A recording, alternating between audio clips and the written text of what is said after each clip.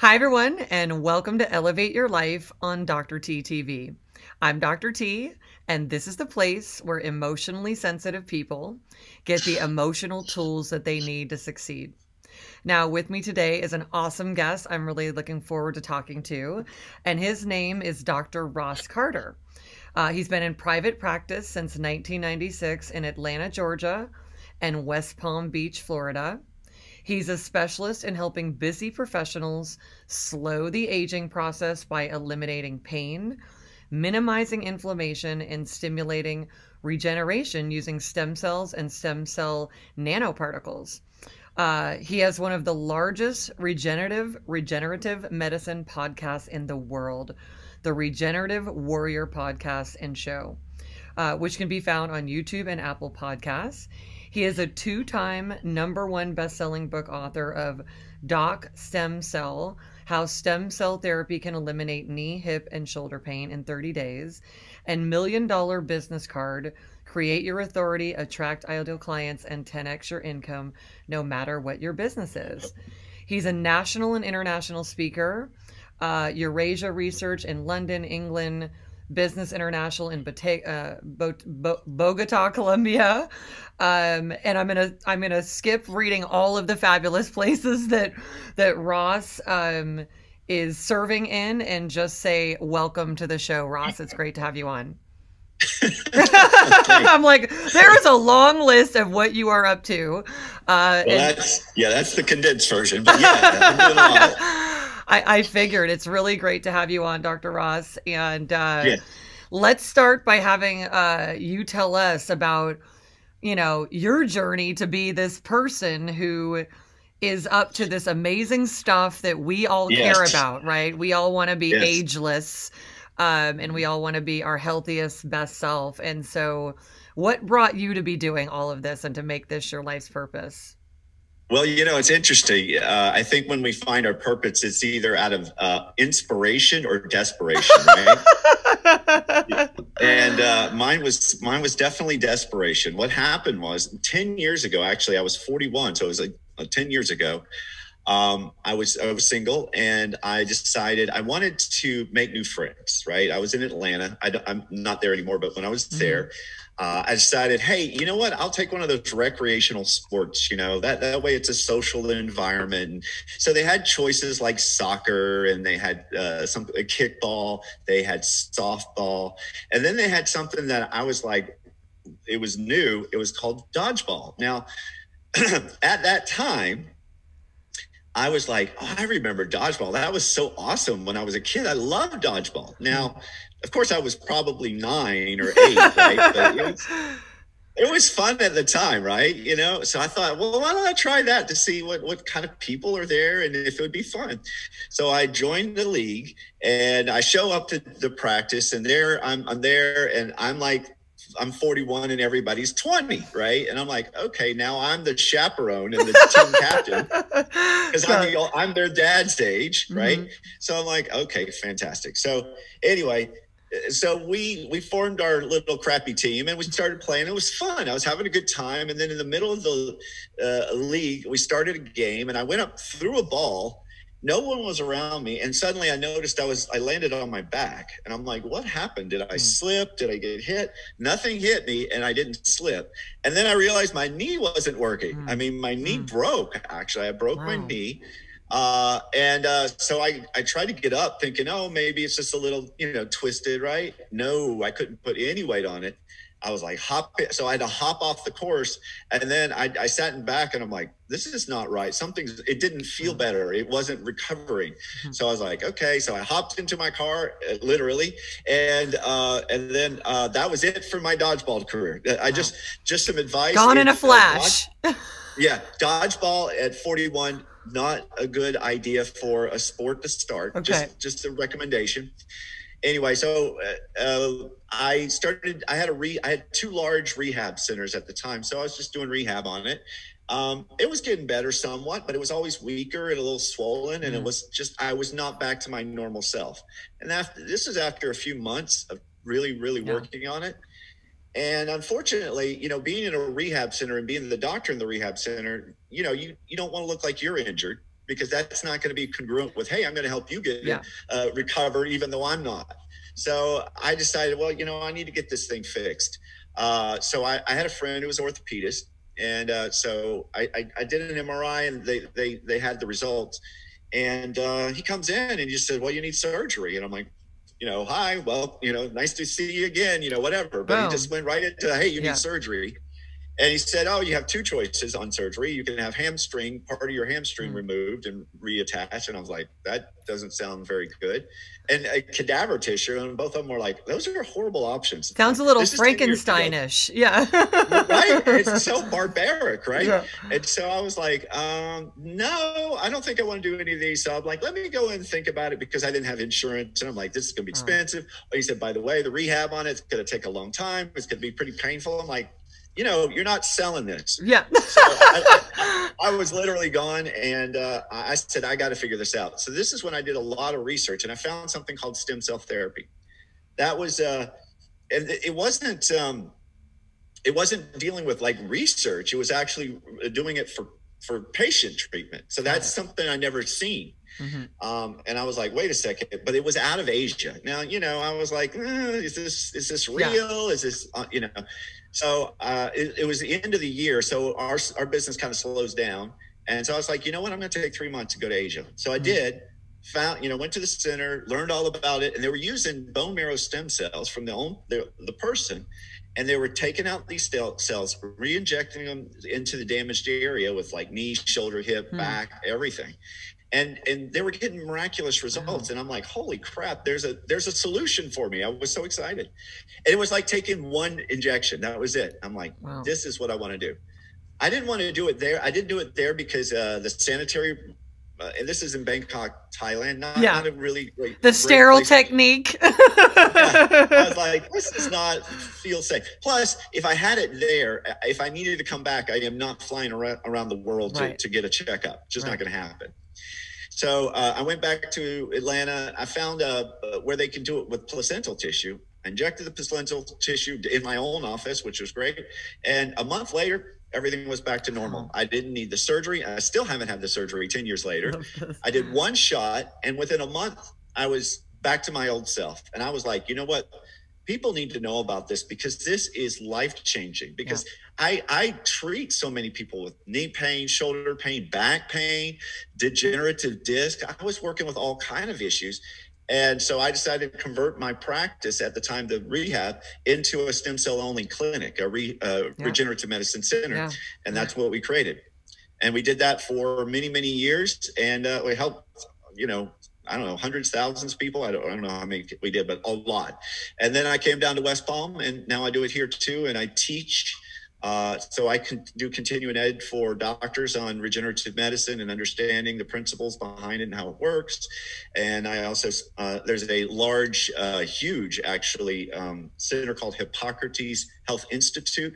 It's a world-renowned, kind of like, I don't want to call it a fat farm, but it's one of those places you go and you do detoxification. You eat raw food for 3 weeks. I mean, you lose tremendous weight, but it really transforms the people that go there. So I teach there. I do a sleep program there, as well as their regenerative medicine program.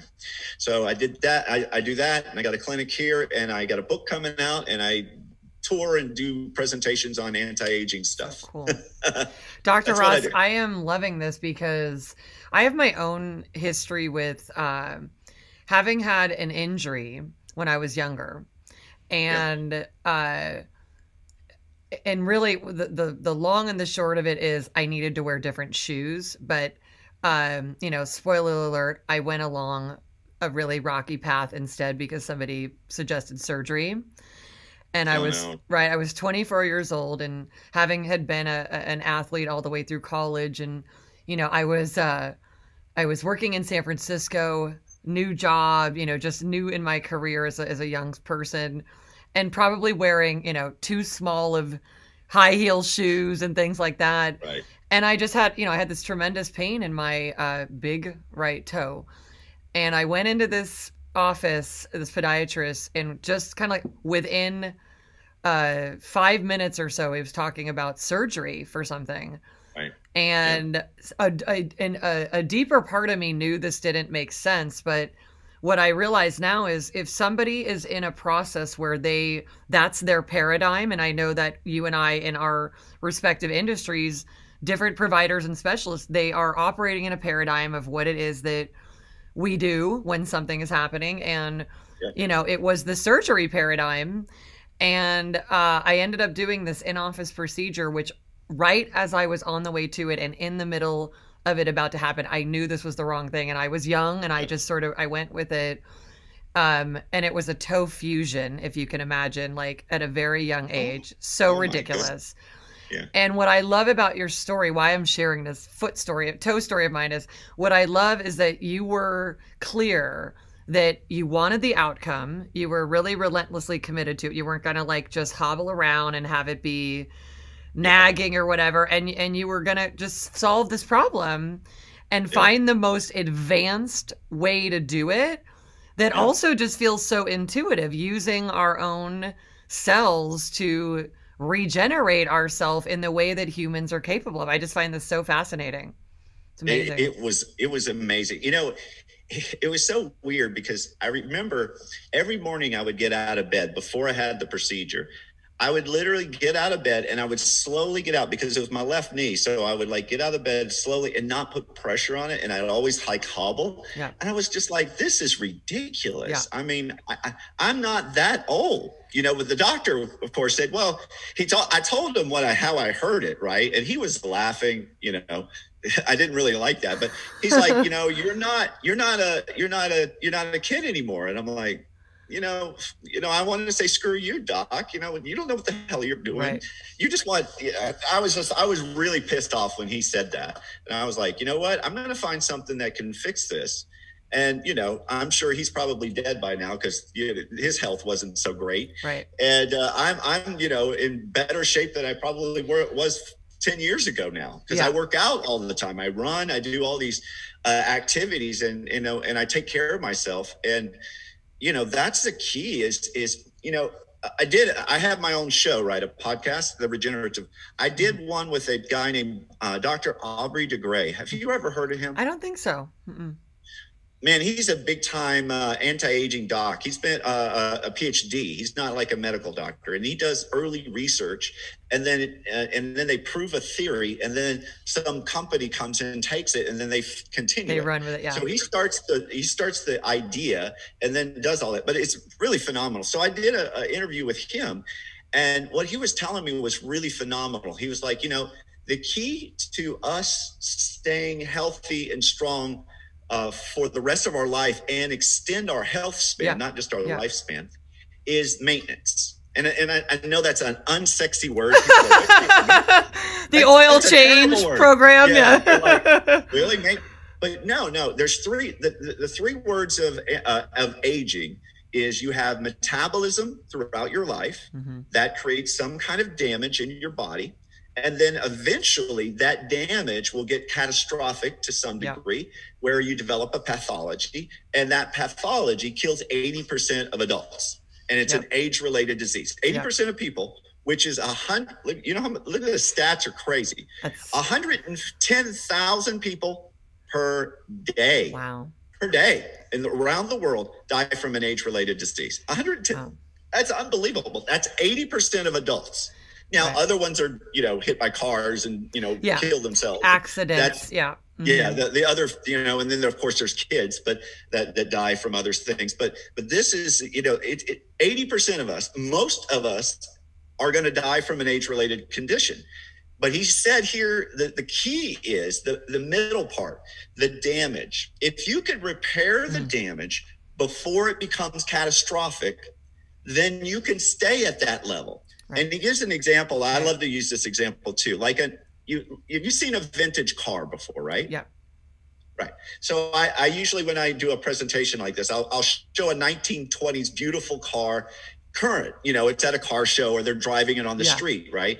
And I asked, it's like, how is it possible that this car is still functioning and working? It's 100 years later. That car was designed to maybe last 10 years. 100 years later, it's working fine. And if they continue to maintain it, it'll continue to stay that way, right? Yeah, because every time you drive a car, you're going to cause some damage. If you can fix problems and maintenance before the problem becomes catastrophic, you can stay there. That's your car. Well, that's the same thing with your health. If you could keep your body, it's going to experience metabolism. Yeah. It has to. Yeah. But if we can repair anything that happens so it doesn't get too bad, you can stay at that maintenance level and keep your health there for a long period of time, a much longer period than 80 years, which is where we typically make it till. I'm loving this because it's a paradigm shift. And the paradigm shift, right, is that we don't buy into, well, I'm this age and I'm that age. And, you know, my husband is in his 60s and he looks very, very young. And I cannot believe that you're in your 50s is what you said. Yeah, I'm 51. I cannot 51. Even believe that. And every time he mentions his, you know, he's not doing anymore, but every time he mentioned his age, I'm like, don't even go with that programming. Like, go with the, like, I'm living fully paradigm. Right. And that example, I really want everybody to take in this classic car example. It is so important because buying into the story that we need, you know, when you're 30, you start to get tired. I mean, I remember being 30 years old. So it's like, well, you're 30 now. And I'm thinking, what do I have, another 50 years to go and I'm going to be in the tired zone? I am not on this program. And Dr. Ross, what I love what you're saying so much too, is that this goes for everything, because all of this chronic disease model, like if you get an injury, you're going to be like, so what? You're going to be hobbling around or you're going to be with these aches and pains. And the same thing really goes for an emotional injury that absolutely, I believe 100%.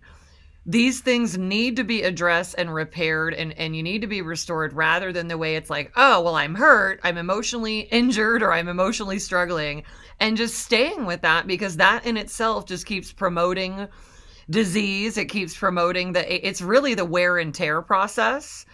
Yes. Right. Rather than the maintenance and the upkeep and how we take care of this whole system here. So I'm loving this. Yeah, we're designed. We can last for a lot longer than we do. It's just our ability to keep the environment in our body, in our cells, because aging happens at a cellular level. So your cells are what determines how old you are.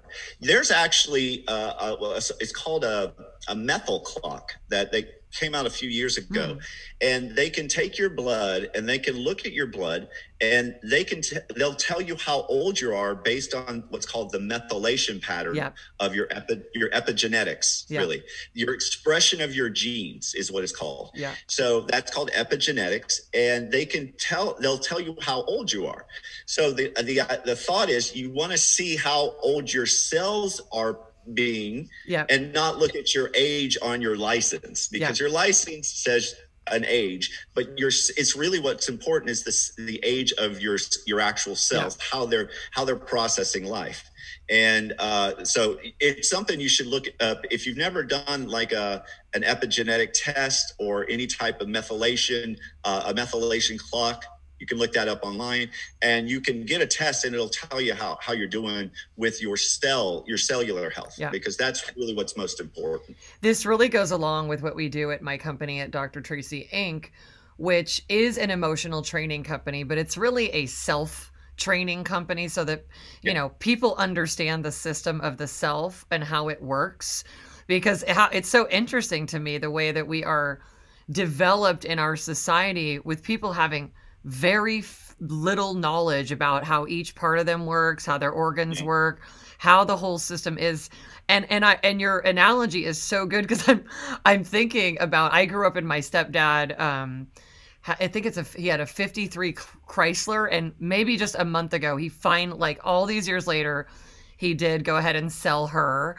But all he knew everything about every part, how it all were, everything, so that he could keep that up to date. And the study of something like a car and the way people really learn about it, or the study of how we learn about different things. It's, you know, I know there are some of us that are in this health industry, but I really believe everybody really needs to understand the way our system works, so we can be on this more advanced track Yeah.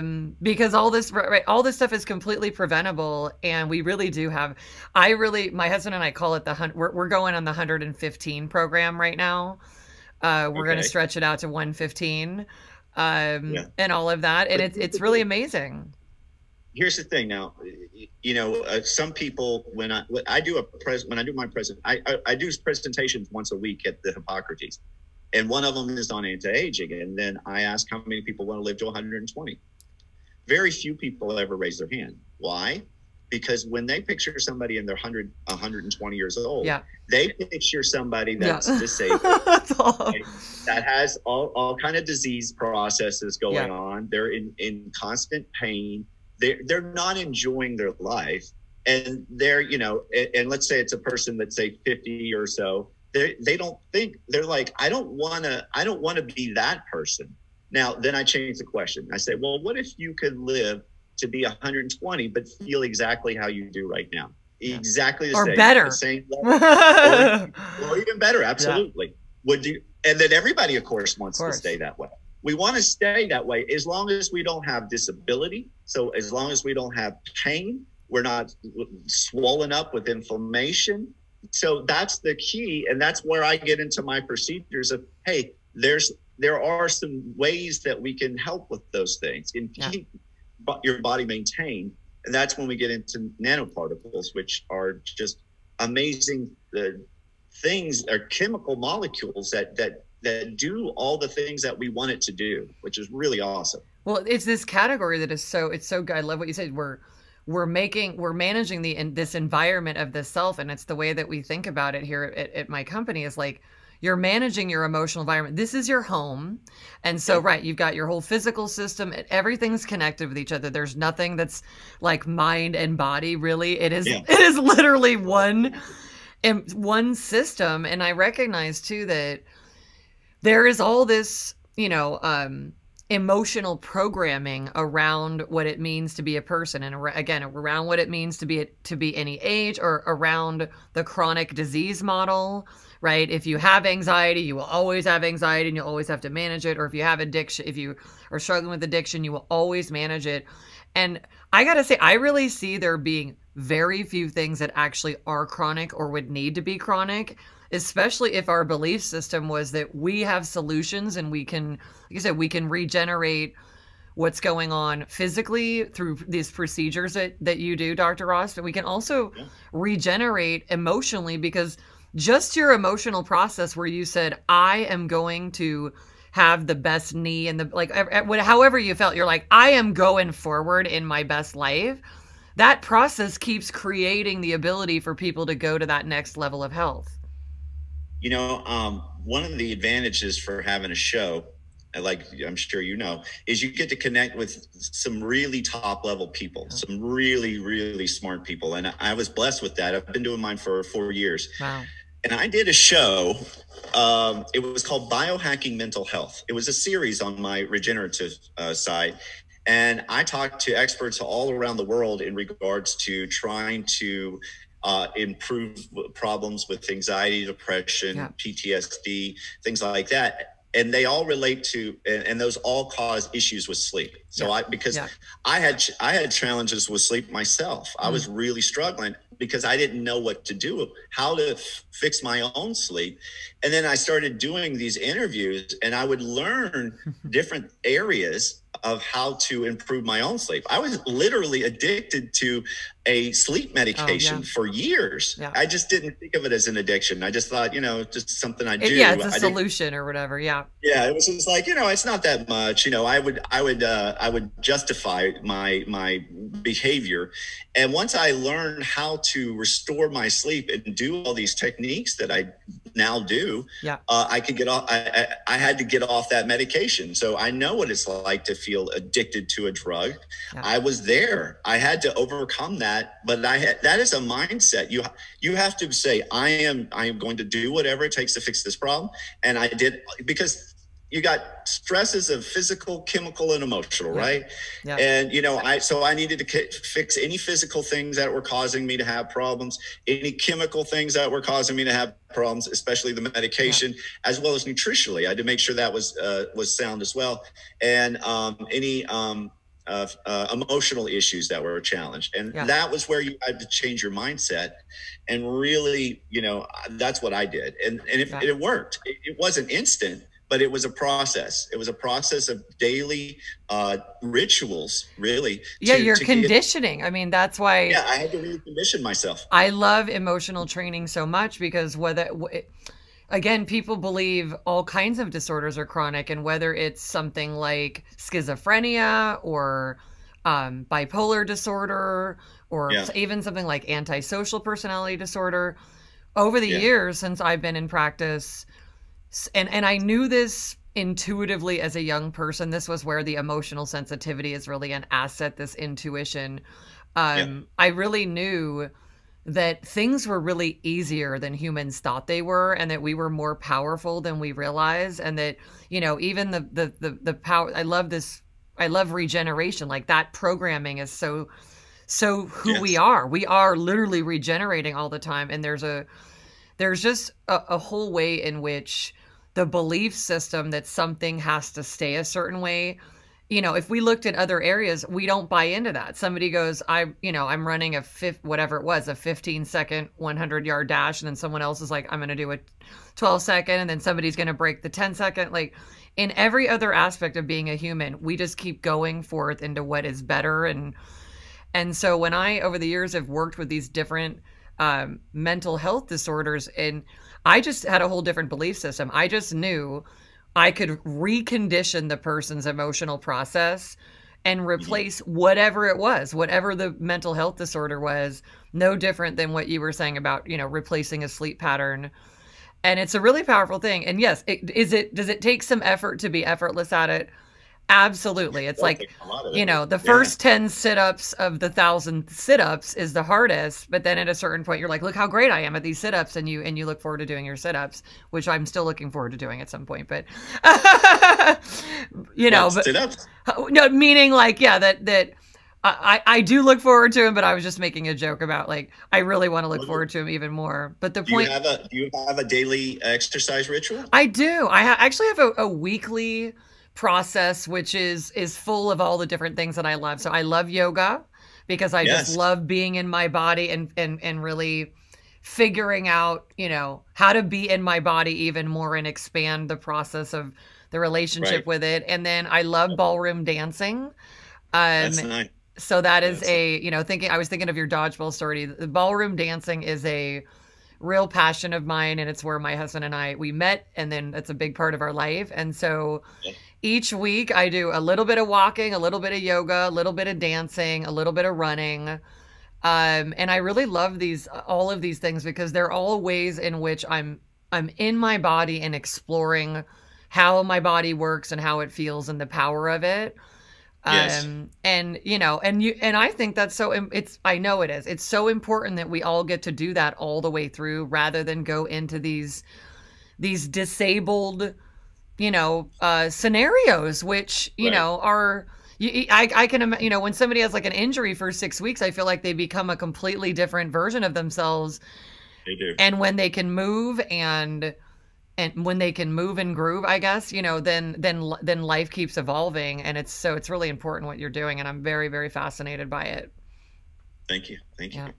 Yeah. So Dr. Ross, what should people know, who have these different injuries and have aches and pains, or may also have people in their family or partners and stuff like that, where people are dealing with injuries and they're dealing with problems, and they also have providers who, no matter how well intended, are giving them what are much more of a limiting paradigm of options. What should people know? Well, for years when I first started practice, we took insurance, and we would do only what the insurance allowed us to do. That was when I first started practice, and that was in 96, so I was like, I didn't know any different. As I got older and in my practice, I was like, insurance was not my friend, and it's not really anyone's No, friend. it's very limiting. People think that insurance companies are this, you see a commercial where people are just like happy and joyous, and we love our patients, and our patients love. Yeah. No, that is advertising lie. Insurance is a giant industry. Health insurance is crazy. In 2019, here's a stat: $180 billion in revenue for insurance companies. They're in it for their money. They don't care about any patient. They just don't. That's not, it's a business to make money. Yeah. And hoping no one needs to use stuff. And when they do, they're irritated about it. Right. Like, how dare you need this policy to pay something? Yeah. Exactly. Yeah. Like you're getting a homeowner's insurance and you're like, if you ever have a claim, they'll drop you. Like, wait a second, what? Yeah. So, but here's the takeaway that I would say. Don't let your insurance dictate your health. Yes. Don't let your insurance determine how your health. They are not looking out for your health. Preventative maintenance, like we've talked about, an ounce of prevention is worth a pound of cure. Yeah. Preventing stuff from ever occurring is so much better than waiting till you have it. I'm writing a book now, and I use an example like, you think about somebody who starts smoking, right? They smoke for 20 years or whatever, and then eventually they develop lung cancer. Big surprise, right? Now they're like, how do I get rid of this cancer? You're like, well, you've got this chronic irritation. You got all this tar in your lungs. You've got all these irritants. We could try chemotherapy. There's all these things we'll try, but there's no guarantee they're ever going to get rid of it. Yeah. Now, had they never smoked in the first place, right, and they lived their life like the same without the smoking, what are their chances of them having lung cancer? Probably zero or low, right? Very low. Most of us don't develop lung cancer. Yeah. Right? Yeah. Well, you have to really work at it, by the way. You have to really work at that. Yeah. Yeah. So the thing is, if you prevent the problem from ever, and don't let it exacerbate. And if you stop, let's say you started smoking, then stop, your chances are pretty good. You'll be fine. Your body has the ability to heal itself, but to a certain degree. There are limitations that matter. So it's so important that we repair things before they become catastrophic, because when we're trying to deal with a catastrophic problem, it is so difficult to the point where it doesn't work a lot of the time, and it kills us. And that's how we most of us die or become disabled and then eventually die. So that's really the point, is maintain yourself. Create rituals for yourself. In the morning, in the evening, I have rituals. In the morning, every day I run. I don't care if it's raining or not. I will run for 30 minutes at least. And every night I do my yoga. I do play my guitar because that relaxes me. I like that. I'll do some EFT, emotional technique, right? I'll do that right before I go to bed. And I'll have my whole little routine of things that I do that allows me to sleep great, which I slept great last night, right? Yeah. But I bet about 40% of the listeners might not have. Yeah. So it has to do with the things that you do on a daily basis, your routines. You got to set routines up that set things up so that you can win. And that's really critical. Make routines. And health care and your health is so critical. This is so good. I want to add on to this, Dr. Ross, and saying that, again, when we kind of zoom out, we can see the system that we're in and how these different systems are set up and what they're designed to do. And when you really take a level of personal ownership, recognizing this is the home you are living in your whole life. Exactly. You are hanging out here all the way to the bitter end, and it can either be bitter or it can be very, intentional in how you live your life. And yes, this paradigm shift from getting sick and then there's somebody that's going to take care of me when I'm sick, like any pattern in life, if the pattern runs, if it's cancer, if it gets developed, it's going to have momentum. So then you're going to have to try to intervene on it. You're going to have to try to stop it. Like you said, you may or may not. However, if you are understanding from the earliest ages, which is why this needs to be, our health, emotional education, all of it, that this is your home. You want to be intentional about it. You want to maintain. Yeah, you are literally developing yourself throughout your life. And sometimes people think I'm trying to be a perfectionist. I'm like, my intention is to go my whole life in this healthy body. And if I have some other game plan I'm thinking about, my body can start creating that. If I start to think about getting disease, my body will go, oh, there's the disease program, and it can start manifesting that. And what you're talking about, Dr. Ross, is just so important, because this stuff is not super complicated, but we are conditioned to be sick, to treat ourselves like crap, and then not take ownership for the fact that we can literally create illness, and we either are or we aren't. And I want to add a little bit more to saying, this is in my book, The Method, where I had this epiphanal moment one day where I was kind of fighting with myself maybe 15 years ago between an apple and some ice cream. Right. And I was going like, I know I should eat the apple. And I just had this great awakening where I thought to myself, which one of these is going to create the exact outcomes you want in the future? And it was very easy.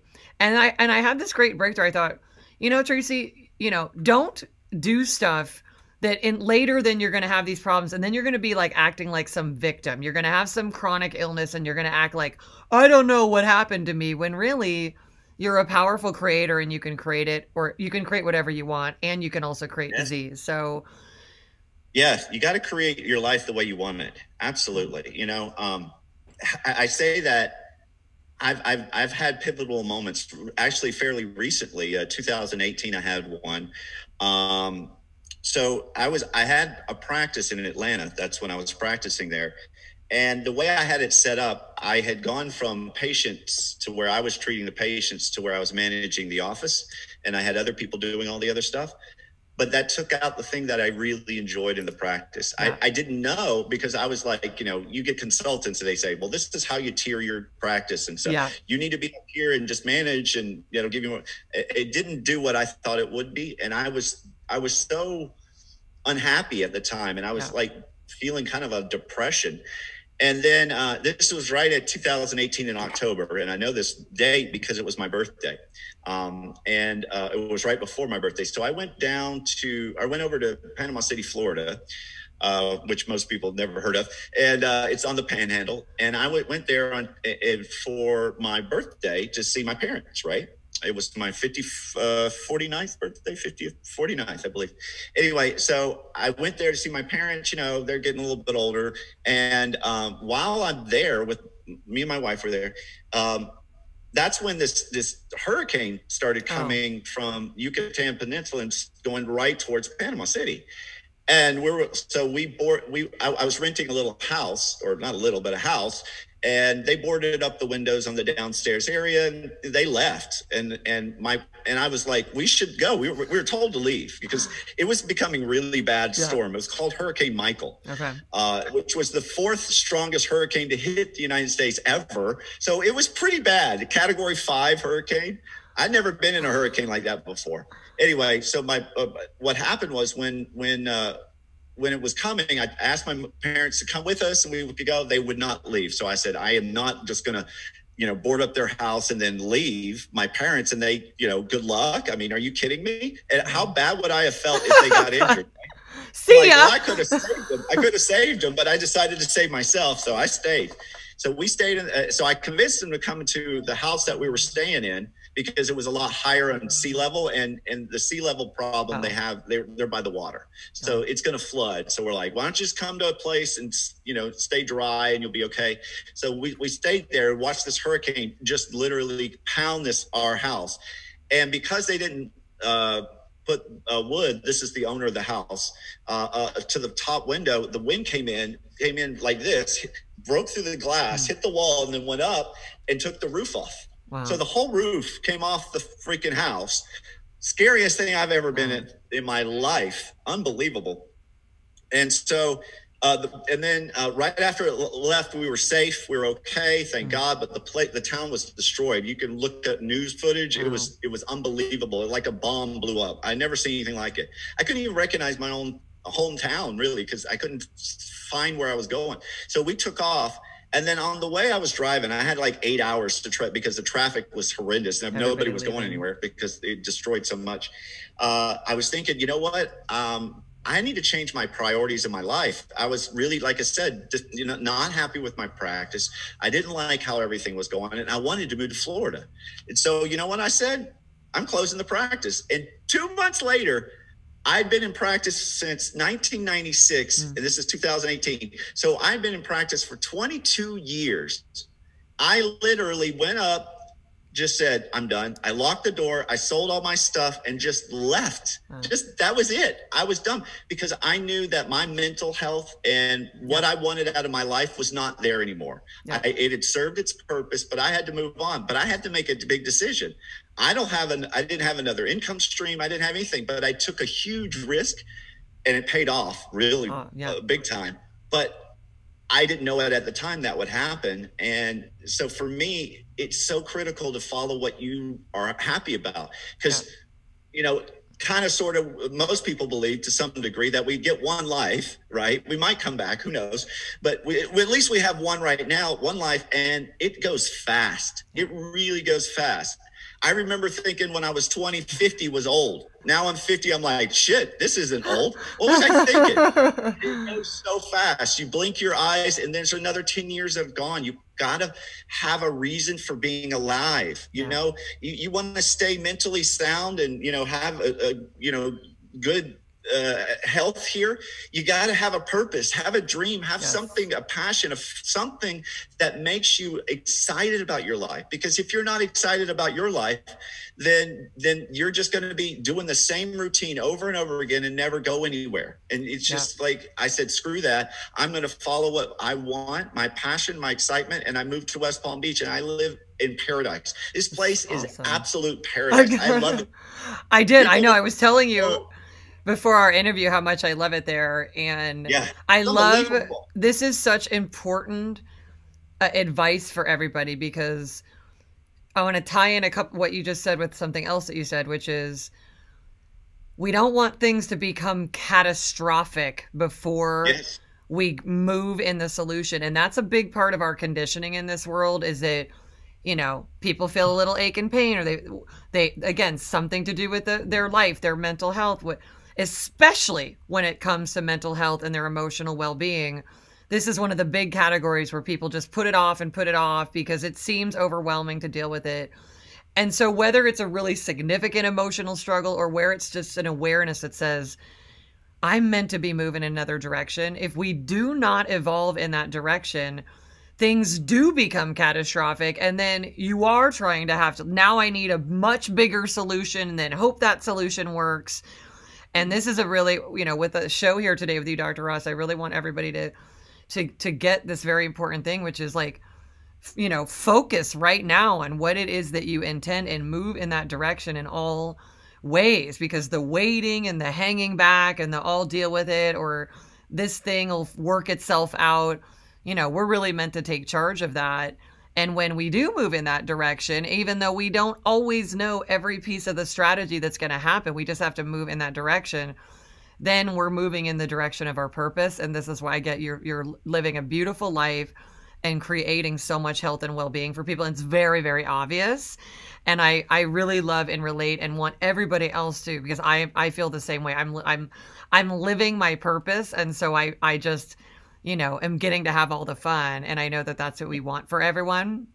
And so it's been a really good collaboration for us to bring all this important awareness for people. And Dr. Ross, I want to have you share how you want people to connect with you and be in touch and look at, be able to access your services. Sure. If anybody needs to, you got, my name is drrosscarter.com. It's pretty simple. You could go there and there's actually a free book offer. I have my old book for free if they want to sign up. And all those people that sign up now, because I'm doing a presentation, I'm going to, when my new book comes out, probably 2 months, they'll get a free copy of that as well. And that is going to be a life-changing book. It's my best work ever. I'm really super excited about it. And it talks about nanoparticles and how they are they're going to impact the whole world. They actually are right now, but people are not realizing it. And so they can just go to my website and contact me there. Okay, last question before we wrap. I ask this question to every guest. Sure. and I'm collecting some great answers. And Sure. what we want is, like Dr. Ross, if we were to just picture for some random reason, this was the last moment that you could give advice to people so that they could have their most full potential life. How would you sum that up? What would you say to people so that they'd be like, that's the thing that Dr. Ross taught me, and they would move forward and utilize that for the rest of their life? What would that be? Well, it's going to sound boring, but routines. Have standards and set routines, and that way you'll do the things that you'll make progress every day towards the things that you want to achieve in your life.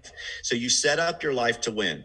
Make sure you set up time in the morning and in the evening to do specific things that move you towards your goals. So it's a routine base. It doesn't just magically happen one day. You're successful, you're healthy, no, it doesn't work that way. It is a continuous, never-ending process of just stacking them up. You know, I started running a couple years ago, or not, a year and a half ago. I never ran in my life. Now I love running, but it didn't happen overnight. I started a routine of doing it every day, just a little bit, but I could increase over time. And those routines changed my life. And all the things I do now, I do a lot of routine, and I know that I'll make progress on it. I'm getting better on my guitar because I have a routine every night at 8 o'clock. I play for an hour. So all these are things that I put in a routine that I try not to deviate from, and set up a routine. You just say, I've got this time from this time every day, and I'm going to not get on my phone, not get on my computer, not do any of this other stuff. I'm going to work on myself. I'm going to work on myself and do this stuff for me, whether it be meditation, whether it be yoga, exercise, whatever it is that you want to work on, set it up as a routine, and it will change your life. That's it. I love it. This is, you and I both agree on the practical, could sound boring, but it's really practical and effective path to living your potential. Dr. Ross, thanks again, everyone. We invite you to take all of these perspectives and tips in and apply them to your life and really make it an elevated one. Thanks for tuning in, and we'll see you next time. Take care.